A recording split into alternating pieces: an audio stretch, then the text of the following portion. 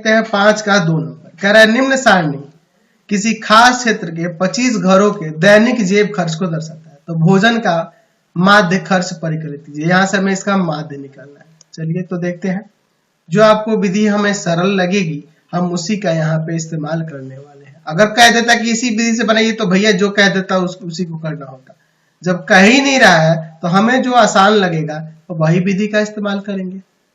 जो हमें आसान विधि लगेगी उसी का हम लोग यहाँ इस्तेमाल करेंगे। ठीक है, इसके लिए आप स्वतंत्र रहिए। यहाँ पे क्या लिखेंगे, दैनिक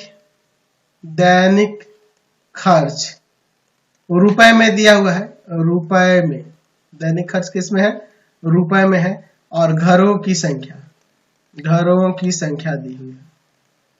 चलिए कितना है, 100 से 150, 150 से 200, 200 से 250, 250 से 300, 300 से 350 और इनकी बारंबारताएं दी हुई है 4, 5, 12, 2, 2।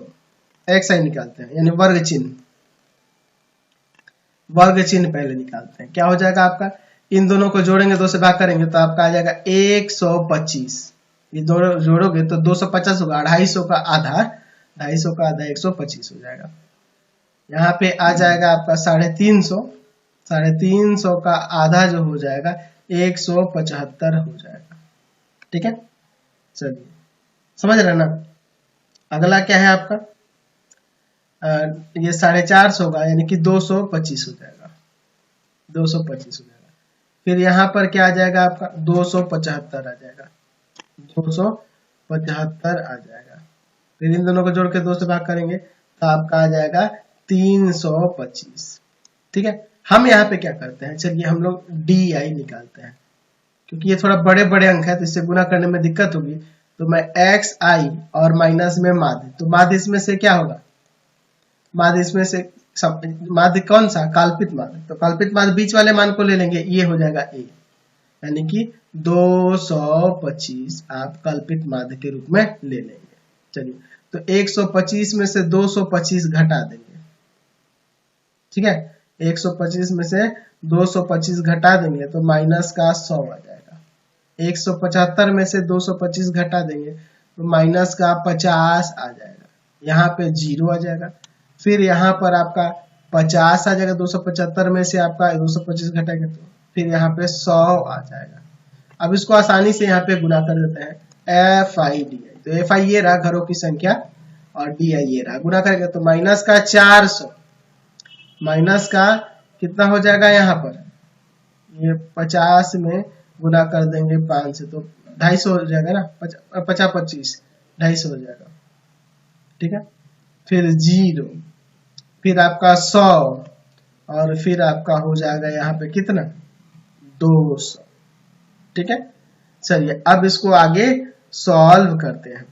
तो यहाँ पे जोड़ना होगा ना, ये आपका सिग्मा FI, इसी को जोड़ो, तो इनको जोड़ोगे तो आपका 25 आ जाएगा। यहाँ पे चलते हैं तो ये 300 और ये प्लस का 300 और ये हो गया आपका कितना, तो ये हो जाएगा माइनस का 650, तो माइनस 350 आ जाएगा, माइनस 350 आ जाएगा, तो जो कि सिग्मा FI DI होगा। ठीक है, तो आप माध्य बराबर में फॉर्मूला जानते हो ना जी, A प्लस में सिग्मा FI DI और बटा में सिग्मा FI। चलिए A का मान है आपका कितना, तो 225 प्लस में इसका माइनस का 350 और सिग्मा FI का मान है 25। तो इसको इससे काट देंगे, तो 25 से इसको काटेंगे तो 25 से कम 25, 25 चौका 100, ये ना आ जाएगा, 14 बार में कट जाएगा, 14 बार में 350 आ जाएगा। ठीक है, अब देखिए, अब इसके बाद ये माइनस का 14 है और ये 225 है, तो 225 में से 14 घटा देंगे, तो 225 में से 14 घटा दोगे तो आपका आ जाएगा 211।